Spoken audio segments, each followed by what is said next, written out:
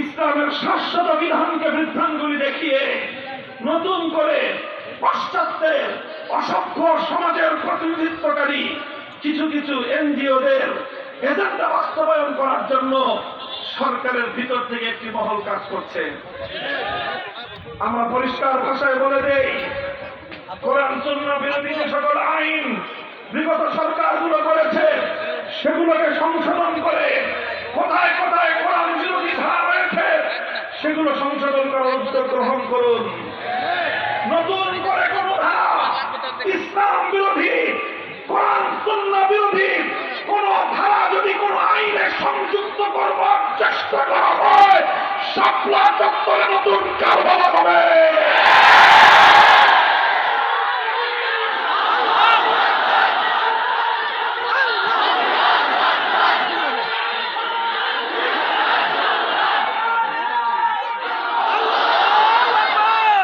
আমি পরিষ্কার ভাষায় বলছি, দুটি জায়গায় আমাদের নোট নেন।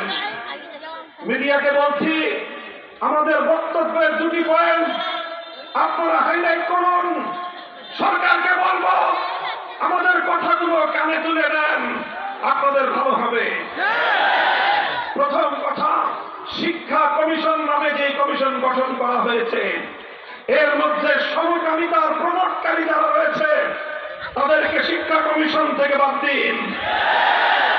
এদেশের 90% মুসলমানদের প্রতিনিধিত্বকারী ইসলামী শিক্ষাবিদ আলেম ওলামাদের প্রতিনিধি সেখানে অন্তর্ভুক্ত করুন। এটা আমাদের আবদার নয়, এটা আমাদের অধিকারের কথা। আজকে এই জেলা শহরের মঞ্চ থেকে বলছি,